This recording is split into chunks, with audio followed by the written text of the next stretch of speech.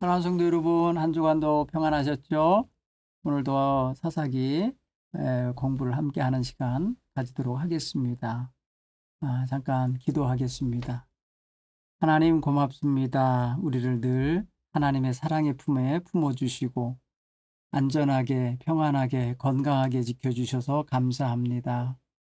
오늘도 하나님 말씀 묵상하며 함께 하나님의 귀한 백성의 삶을 돌아보려 할 때 지혜와 명철 더하시고 분별력을 허락하시고 또 하나님 앞에 마땅히 서야 할 자리를 찾을 수 있도록 지혜와 명철을 더해 주옵소서. 성령님 우리와 함께 하시고 우리를 매 순간마다 지도하여 주옵소서. 예수님 이름으로 간절히 기도하옵나이다. 아멘.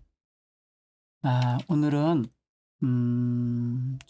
사사기 17장을 중심으로 내 맘대로 믿음 생활, 내 맘대로 믿음 생활, 소위 말하는 내가 복음이란 식의 행동을 하고 신앙생활하는 사람들이 있었음을 발견하고 그것을 오늘날 우리에게 어떻게 경계를 해야 되고 또 다스려야 될지를 한번 생각하는 그런 시간 갖도록 하겠습니다. 오늘 성경 본문으로는요, 사사기 17장 1절로 13절 말씀을 중심으로 함께 나누도록 하겠습니다. 제가 봉독하도록 하겠습니다. 에브라임 산지에 미가라 이름하는 사람이 있더니 그의 어머니에게 이르되 어머니께서 은 1000개를 잃어버리셨으므로 저주하시고 내 귀에도 말씀하셨더니 보소서 그 은이 내게 있나이다. 내가 그것을 가졌나이다 하니 그의 어머니가 이르되 내 아들이 여호와께 복 받기를 원하노라 하니라. 미가가 은 1000개를 그의 어머니에게 도로 주매 그의 어머니가 이르되 내가 내 아들을 위하여 한 신상을 새기며 한 신상을 부어 만들기 위해 내 손에서 이 은을 여호와께 거룩히 드리노라. 그러므로 내가 이제 이 은을 내게 도로 주리라. 미가가 그 은을 그의 어머니에게 도로 주었으므로 어머니가 그 은 200을 가져다가 은장색에게 주어 한 신상을 새기고 한 신상을 부어 만들었더니 그 신상이 미가의 집에 있더라. 그 사람 미가에게 신당이 있으므로 그가 에봇과 드라빔을 만들고 한 아들을 세워 그의 제사장으로 삼았더라. 그때에는 이스라엘에 왕이 없었으므로 사람마다 자기 소견에 옳은 대로 행하였더라. 유다 가족에 속한 유다 베들레헴의 한 청년이 있었으니 그는 레위인으로서 거기서 거류하였더라. 그 사람이 거류할 곳을 찾고자 하여 그 성읍 유다 베들레헴을 떠나 가다가 에브라임 산지로 가서 미가의 집에 이름에 미가가 그에게 묻되 너는 어디서부터 오느냐 하니 그가 이르되 나는 유다 베들레헴의 레위인으로서 거류할 곳을 찾으러 가노라 하는지라. 미가가 그에게 이르되 네가 나와 함께 거주하며 나를 위하여 아버지와 제사장이 되라. 내가 해마다 은열과 의복 한 벌과 먹을 것을 주리라 하므로 그 레위인이 들어갔더라. 그 레위인이 그 사람과 함께 거주하기를 만족하게 생각했으니 이는 그 청년이 미가의 아들 중 하나같이 됨이라. 미가가 그 레위인을 거룩하게 구별하며 그 청년이 미가의 제사장이 되어 그 집에 있었더라. 이에 미가가 이르되 레위인이 내 제사장이 되었으니 이제 여호와께서 내게 복 주실 줄을 아노라 하니라. 아멘. 우리가 지난주에 삼손의 이야기를 함께 공부했었지 않습니까? 근데 삼손은 당시에 삼손이 사사로서 있을 때에 여러 가지 이제 하나님의 뜻에 부합하게 전적으로 하나님의 뜻에 따라 이렇게 활동하지 못했고 많은 부분 개인적이고 인간적인 부분으로 치우쳐서 그 주어진 존귀한 사사의 삶을 효과적으로 살아내지 못했었던 걸 우리가 배웠습니다. 주신 기회를 잘못된 욕망과 잘못된 어떤 여인과의 만남과 행동 때문에 많이 잃어버렸던, 기회를 잃어버렸던 그런 이야기를 한 게 공부했는데, 오늘은 정말 사사시대에 왕이 없던 시대에 자기 소견에 옳은 대로 좋을 대로 살던 하나의 아주 그냥 뚜렷한 그런 뭐랄까요, 인간 행실의 어떤 극치의 타락의 극치를 보여주는, 종교적 극치를 보여주는 개인주의적 우상 숭배 내지는 하나님을 섬긴다는 명목을 가지고 우상 숭배에 빠져버리는 그런 웃지 못할 그런 모습을 오늘 성경을 통해서 함께 좀 생각해 볼 수 있었으면 좋겠어요. 오늘 등장하는 것은 에브라임 산지에 거주하고 있는 미가라는 사람과 그의 어머니가 행한 행동, 그리고 그 집에 얹혀 살게 되는 한 레위인의 선택과 판단, 이런 것들을 통해서 당시에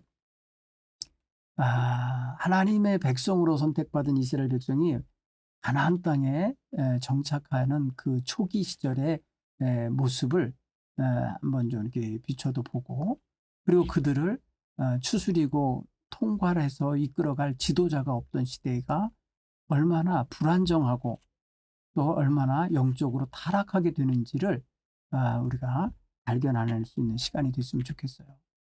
오늘 성경 본문에 하나의 이제 무슨 에피소드 하나가 등장하는데, 이야기 하나가 등장하는데, 그 이야기는 다른 게 아니라 미가라고 하는 사람의 어머니가 은 1,100개를 갖고 있었는데 도둑 맞았나 봐요. 없어졌어요. 이게 자기가 관리하던 곳에 없어 훔쳐간 사람이 있다고 판단하고 막 저주를 퍼부었는데, 범인을 알고 보니까 자기 아들이었어요. 미가는 그것을 왜 어머니의 돈을 자기가 이렇게 뭐랄까요, 빼돌린 건지 아니면 다루 보관한 건지 훔쳐갔는 이유를 모르겠어요. 사실 이거는 어머니에게 물어서 어머니 이 돈을 저희가 좀 활용하겠습니다 이렇게 해서 알게 해서 가져갔으면 좋았을 것을 그러지 않고요, 갔어요. 결국은 이제 어머니를 무시한 거거나 어머니의 소유를 함부로 손을 대는, 그래서 어떻게 보면 부모를 공경하고 부모를 잘 섬겨야 할 태도에서 빗나간 그런 모습을 오늘 보여주는 거죠. 그런데 아들이 가져간 거라는 사실을 알게 된 어머니는 즉시 저주하던 입에서 뭐가 나와요? 자기 아들이 복을 받았으면 좋겠다 하고 축복하는 장면으로 바뀌어요. 그렇죠? 그것도 가만히 보면 여러분 보세요. 2절에서 저주를 했다고 하는 말씀이 하나 들리고, 그 다음에 그 이야기가 아들에게 들리자 아들이 이실직고를 한 거고, 은을 도로 가져다가 어머니에게 드리니까 어머니가 내 아들에게 여호와께서 복을 내리셨으면 좋겠다, 내 아들이 여호와께 복을 받기 원하노라 이러면서 훔쳐갔던 돈을 가져온 아들을 축복했어요. 이게 조금 이제 지극히 아들을 사랑하는 엄마의 모습이라 생각하면은 엄마가 하는 행동은 우리가 나무라지 않을 수 있겠죠. 어떤 놈이 훔쳐갔어 그러다가 아들이 가져간 거라 네가 가져갔구나, 네가 솔직하게 갖고 왔으니까 복을 받아라 이렇게 해놨다고 할 수 있어요. 근데 그 다음 문제가 이제 엄마가 정말 아들을 복받게 하려면 이런 선택밖에 할 수 없었을까 하는 게 아쉬운 점이 하나 있어요. 아들이 도로 가져온 은 1,100세겔을 가져다가는 그 중에서 200세겔로 뭘 했느냐? 우상을 만들게 했어요. 아들을 위해서. 오늘 성경 보면 3절에 이런 말에 어머니가 이르되 내가 내 아들을 위하여, 아들을 위한다는 명목으로 한 신상을 새기어 만들고, 또 한 신상을 부어서 만들겠다 하는데 이 신상 2개를 만든 건지 1개를 만든 건지 우리는 이거를 해석하기 나름이지만은 나중에 이 신상을 훔쳐가는 자들이 있는 거 보니까 2개를 훔쳐가는 게 아니고 하나를 만드는데, 그냥 부었고 부으면은 옆에 이제 다듬어야 되니까 좀 이렇게 새겨야 되는 그런 부분이 있었을 거예요. 그래서 새기는 신상으로 부어지는 신상으로 이렇게 그러니까 부어서 그 은을 녹여 갖고 이게 인제 도가니에서 녹였을 거 아니에요. 그리고 우상 틀에다가 부었을 거 아니에요. 부었고 부은 거를 가지고 인제 우상의 모양으로 다듬으려면 이 새겨야만 하겠죠. 눈도 새기고 귀도 새기고 했겠죠. 그런 부분에서 우리가 하나로 보면 좋을 것 같아요. 근데 거기에 들어간 돈이 은 200세겔이다. 은 1,100개 중에서 200개를 그렇게 사용했어요.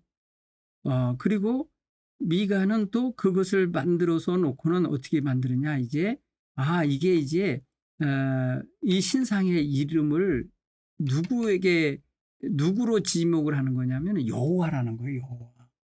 그래서 그 신상을 만들어 내 손을 이 은을 여호와께 거룩히 드리노라 그랬어요. 이게 여호와를 위하는 행동으로 이걸 또 미화를 시키는 거예요. 그런데 여러분 율법에는 이게 뭐예요? 우상을 새겨 만들지 말라. 새기거나 만들지도 말고 그거에 절하여 섬기지도 말아라 하는 게 하나님의 율법 1계명, 2계명 속에 들어있잖아요. 그런데 이것을 버젓이 이제 여호와께 드린다는 돈을 가지고 우상을 만들었다. 웃지 못할 일이 여기 벌어지는 거예요. 그죠? 그리고 아들은 또 뭐를 만드냐면요. 에봇과 드라빔이라고 하는 또 우상을 만들어요. 드라빔도 이거는 소형 우상인 거예요. 그러니까 이게 이제 들고 다닐 수 있고, 뭐랄까요. 이렇게 몸에 지니고 다닐 수 있는 작은 모형, 우상인 거죠. 여러분이 창세기에 보면은, 창세기 31장 이하에 보면은, 야곱의 식구들이 아람 땅에서 돌아올 때, 도망쳐 나올 때에 그의 아내 라헬이 아버지의 우상인 드라빔을 훔쳐오잖아요. 그러니까 이동 가능한 그리고 소지하고 숨길 만한 엉덩이로 그냥 눌러서 가릴 만한 그 정도로 작은 거죠. 그러니까 이제 그것도 만든 거예요. 자, 그러면 이 집 분위기가 어떻습니까? 여호와 하나님 상천하지에 그 같은 신이 없다 하실 그 하나님을 형상화하고 있다는 거지. 형상화해서. 그러니까 어떤 거를 만들어서 그거를 물건으로 만들어서 개인 마치 소장품 간직하듯이 개인 신당을 만들고 거기에 신전을 차리고 그리고 거기다가 그 신상을 올려놓고 그리고 에봇이라는 것을 만들어서 그 아들 중에 하나를 그 제사장 삼아서 입힌 거죠. 자, 보면 모든 게 다 뭐예요? 하나님의 말씀에 어긋나는 불법이죠, 다. 하나님의 말씀과는 정면으로 위배되는 그러한 일들을 한 거예요. 미가가 그런 어떤 자기 자신을 위해서 만들어내는 이런 신당, 그리고 신당 안에 드라빔, 그리고 그 신상, 에봇, 그 다음에 자기 아들을 거기에 제사장으로 삼은 것. 그러면 이게 이제 2절, 3절, 4절, 5절은 완전 타락한 내용을 여기 심어놨어요. 이거를 성경은 뭐라고 표현하냐면 6절에서 왕이 없어서 그렇다. 왕이 없던 시대에 백성이 자기 소견에 옳은 대로 했기 때문에 이런 일이 벌어진 거다. 우상숭배. 근데 여러분, 우리가 왕정을 알지만, 왕정 시대를 알지만 왕이 통치하는 시대라고 그래갖고 그들이 왕이 있다고 그래서 우상숭배에 안 빠지는 건 아니잖아요. 근데 이 사사기는 계속해서 왕이 없었다라는 걸 강조하려고 하는 의도 같고 왕이 필요했다라고 하는 걸 말하려고 하는 것 같은 의도가 담긴 단어들을 썼는데 왕이 없어서 이렇게 됐다. 아니 이거를 다른 말로 쓸 수도 있잖아요. 그죠? 예를 들어서 제사장이 없어서 이들이 하나님께 제사하는 법을 모르고 이렇게 제멋대로 했다. 이렇게 쓸 수도 있는데 이 사사기를 기록한 분은 왕이 없어서 그랬다고 표현해요. 이제 왕이 있으면 안 그럴 텐데 왕이 있었으면 우리가 이런 우상숭배에 안 빠졌을 텐데 하는 그런 암시가 약간 담긴 걸 보면은 왕을 굉장히 원했던 것 내지는 왕을 굉장히 이상화시켰었을 거라는 생각을 하게 됩니다. 그렇죠. 그건 우리가 이제 행간을 통해서 성경 행간을 통해서 유추해서 읽어볼 수 있는 일이라고 생각할 수 있습니다.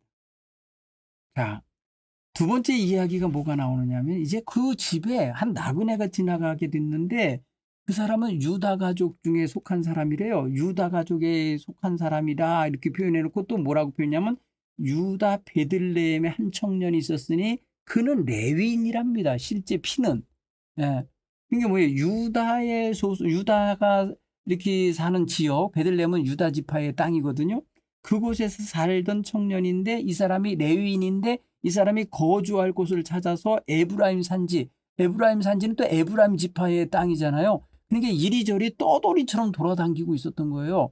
여러분, 여기는 또 우리가 또 뭘 하나 이렇게 유추해서 생각해낼 수 있냐면은 12지파에게 땅을 나눠줄 때 레위 지파는 하나님의 몫으로 정해졌기 때문에 땅 분배가 없었어요.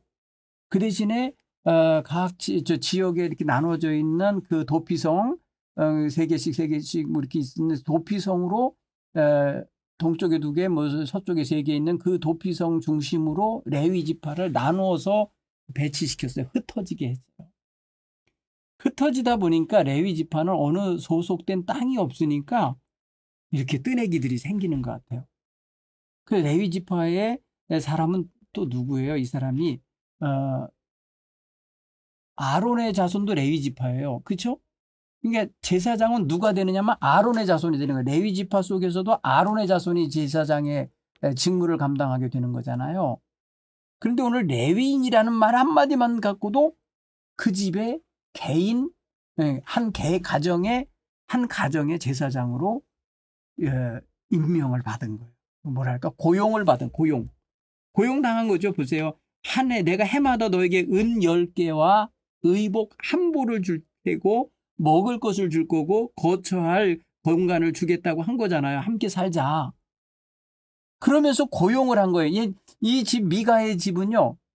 미가의 집 입장에서는 자기 아들 가운데 하나를 제사장으로 삼았다가 진짜 레위인이 왔네. 그러니까 레위인으로 놓으면 괜찮겠지 해갖고 레위인을 제사장으로 세운 거예요. 이것도 역시 뭐예요? 불법이죠. 이것도 하나님이 제사장은 아론의 자손들에게 준 고유한 직분이거늘 레위 사람을 자기 임의대로 자기 집에 개 가정의 뭐랄까 제사장으로 세웠다. 이거 자체가 벌써 출애굽기 28장 1절로 3절에 규정되어 있는 내용을 어긴 게 돼요. 그죠? 오늘 성경에 이 사람을 그냥 청년이라 이렇게 말했어요. 청년이면 또 뭐예요? 율법에서는 제사장은 30세 이상 되어야 취임이 가능해요. 민수기 4장 3절과 30절을 보면은, 그리고 25세 이상 되어야만 또 성소에 드나들 수가 있어요. 그럼 생각해 보면 청년이면은 어느 나이냐 이거예요. 어린 청년일 수도 있잖아요. 그러니까 어떻게 보면은 이것저것 따지지 않고 그냥 레위인이라는 것만 하나만 생각하고 우리 가정의 제사장이 돼주면 좋겠어. 이렇게 하고 고용한 거. 그리고 이 레위인은 그 미가의 제안을 받아들여서 개인적인 제사장 되는 일을 자기가 맡아요. 그리고 또 만족해해요. 왜? 1년에 봉급을 받죠? 1년짜리. 그 다음에 의복을 받죠? 먹을 거 받죠? 뭐 이렇게 저렇게 안정된 거처가 생겼죠. 그러니까 만족해야 하고 그걸 말이에요. 그대로 뭐랄까 좋게 생각했다. 11절에 레위인이 그 사람과 함께 거주하기를 만족하게 생각하였으니 이는 그 청년이 미가의 아들 중 하나와 같이 됨이라. 이렇게 표현했어요. 자, 여러분 보세요. 레위인 가운데 제사장직은요. 혈통으로는 아론의 자손이어야 되죠. 근데 아론의 자손이 아닌 사람이 제사장이 됐죠. 그 다음에 연령도 30세 이상의 취임이 되어 제사장이 되어야 되는데 이 사람은 7절에 보니까 청년이라고 그랬지요.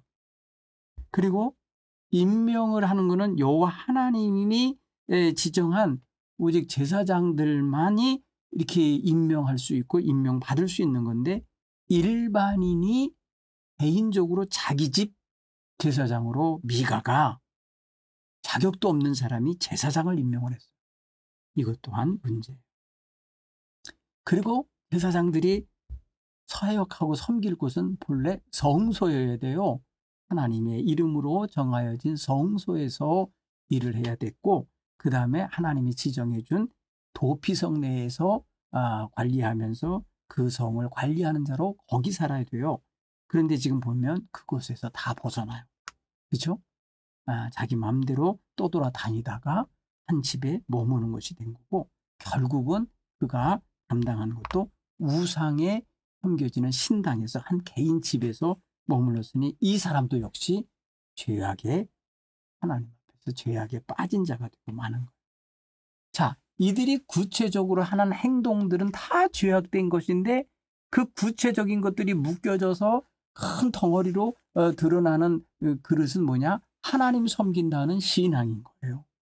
자, 그러면 이 신앙이 왜곡된 신앙이고 그릇된 신앙이고 빗나간 신앙이라는 걸 얼른 우리는 알 수 있죠. 하나님을 위한다고 하는 명분만 있으면 아무렇게나 해도 되나요? 하나님을 위하는 일이다라고 하니까 그냥 모든 게 다 용납되나요? 아니죠. 여러분, 우리가 출애굽기 32장에 보면 이스라엘 백성들이 금송아지를 만들어 놓고 하나님이라고 그랬어요. 이것이 너희를 애굽에서 인도한 신이다. 이게 하나님이다. 이렇게 하면서 그들이 떠받들 때 얼마나 모세가 진노했습니까? 하나님께서도 다 진멸하고 싶으셨고 목이 뻣뻣한 백성이라고 다 버리고 싶어 하실 정도였다고요. 그걸 생각해 보면 하나님을 위한다고 하면서 만들어 놓은 그 눈에 보이는 형상, 곧 우상의 형상을 하나님은 용납하지 않은 거예요. 오늘 여기서 저들이 만든 드라빔의 모습은 사람의 모습인지 짐승의 모습인지 정확하게 구분 안 되지만은 이게 은으로 만들어낸 어떤 우리식으로 말하면 인형 같은 그런 어떤 형태로, 그리고 우리나라 그 불교에서 말하는 부처의 형상으로 이런 식으로 했다면 완전히 우상이죠. 자, 여러분, 우리가 하나님 앞에 하나님 이름 부르면서 명분 세웠다고 해서 다 하나님이 원하는 건 아니다. 이거를 우리가 좀 생각해 볼 필요가 있습니다. 자, 오늘 이 말씀 짧지만 한번 우리 삶에 적용을 해보기 바랍니다. 미가는 10계명 중에 부모를 잘 섬기고 부모의 뜻을 어기지 말아야 되고 부모를 공경해야 되는 것 속에서 몇 가지를 좀 어겼다는 게 있는데, 첫째는 어머니의 돈에 함부로 손을 댔다. 그죠? 그거는 어머니에게 묻지 않고 어머니의 의견을 받지 않은 채로 행동한 것이기 때문에 어떻게 보면 굉장히 책망받아야 할 일이다라는 거예요. 자, 오늘 우리는 부모님의 주머니에서 돈을 꺼내다 쓴 기억이 있으신지 한번 보십시오. 우리가 그럴 수 있죠. 어려서 돈이 필요한데 가진 돈은 없고 그럴 수 있고, 그 다음에 거짓말을 해서 학용품 사겠다 그러고 돈 받아다가 맛있는 거 사 먹었을 수도 있죠.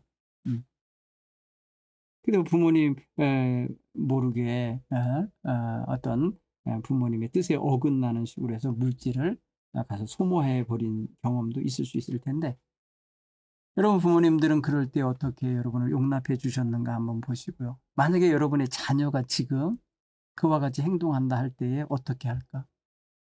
옳고 그름을 분별해 줄 건가? 무조건 내 자식이니까 수용해 줄 건가? 그냥 이러니 저러니 해서 용납하고 눈 감아주고 넘어갈 건가? 우리 그런 부분도 한번 생각해 보세요. 여러분, 우리 자녀들을 바르게 길러내고 싶으실 겁니다.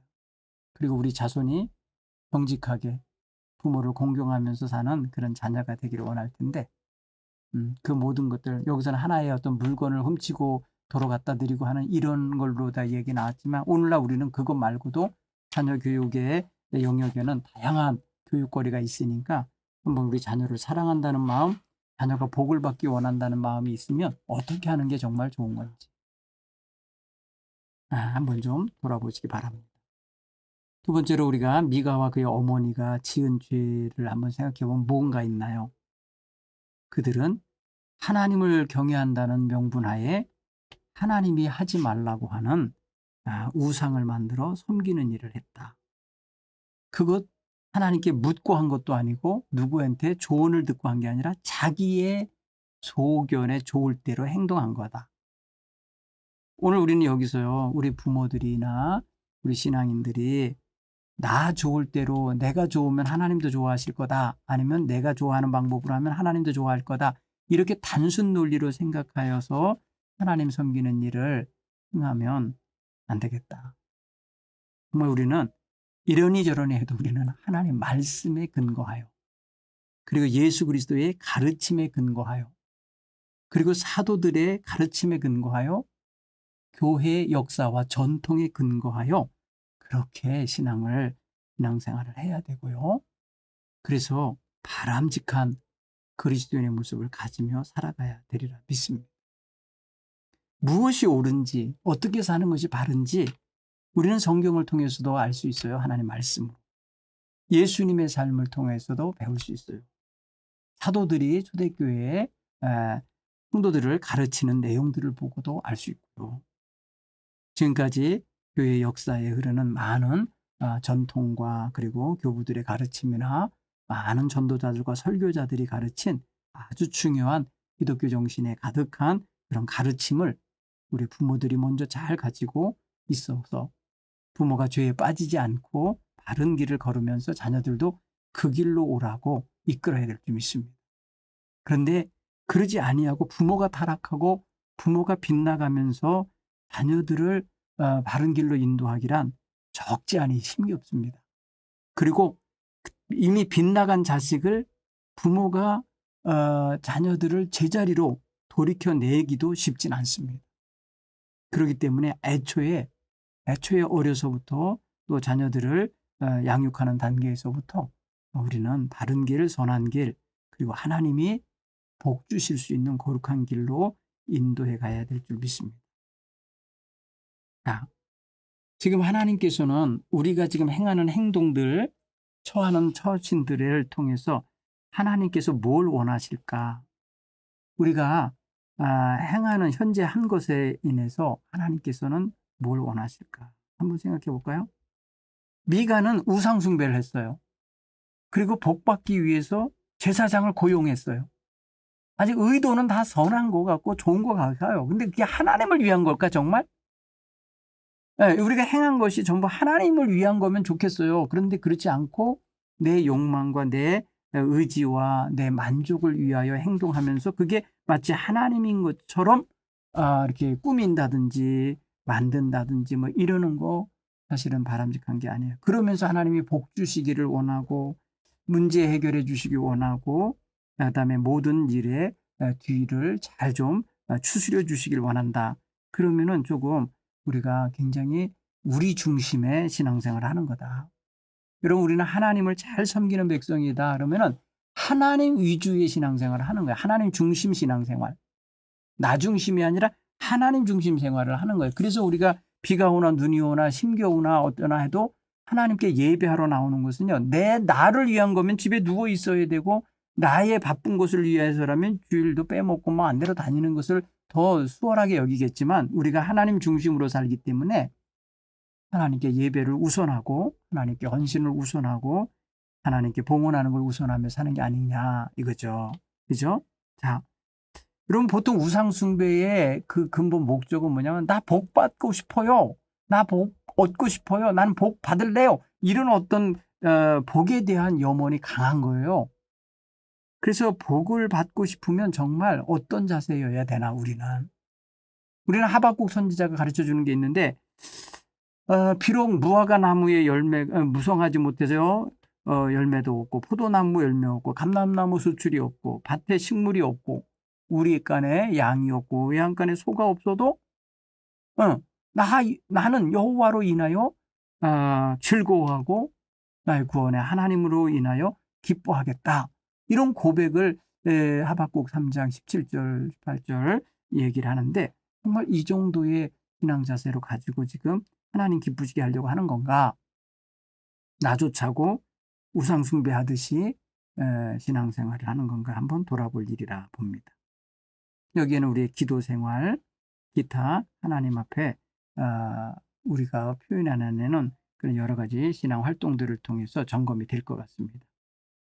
여러분이 교회에서 봉사하는 거나 하나님께 헌물을 드리거나 여러분들이 시간을 내어서 주일 성수를 하거나 새벽 기도회로부터 모든 예배에 열심으로 참석하고 소그룹 활동, 속회 활동 같은 거 잘한다고 할 때 이 모든 게 하나님이 기뻐하시고 하나님이 영화로워지시려고 하는 그런 모든 것의 목적이 모아진다면 선한 것이지만 이것이 나 중심이 돼서 내가 기복의 행위로서 내가 어떤 만족하기 위하여 하는 행동이면은 조금 다시 한번 좀 생각해 볼 일이다 이렇게 생각이 되십니다.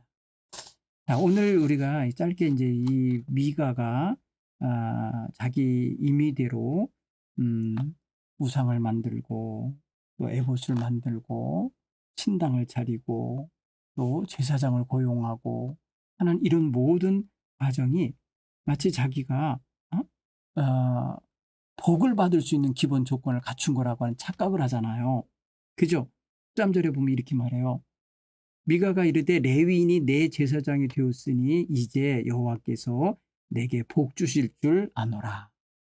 착각이죠.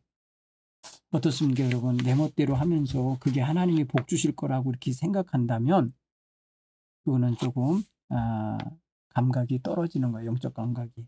오늘 우리는 하나님이 원하시는 대로, 하나님이 기뻐하시는 대로 신앙생활을 할 줄 알고, 특별히 하나님 말씀이 가르치는 그 가르침을 따라서 신앙생활하는 것이 너무너무 중요합니다. 지금 여러분, 우리가 함께 좀 생각해야 될 게, 우리 한국 기독교회가 신앙적으로 하나님 보시기에 바르고 온전한가 물어봐야 되는데, 그렇지 못합니다 라고 말하는 부분도 많이 있어요. 왜냐하면 거기에는 기독교인이라고 하는 성도들이 많이 그 말씀에 준하여 살아내지 못하는, 신앙과 생활이 일치되지 못하는 그런 모습들이 많아요. 말은 많이 말에 선한 말하고 막 하는데 실제 생활은 그렇지 못한 경우가 그럴 거예요.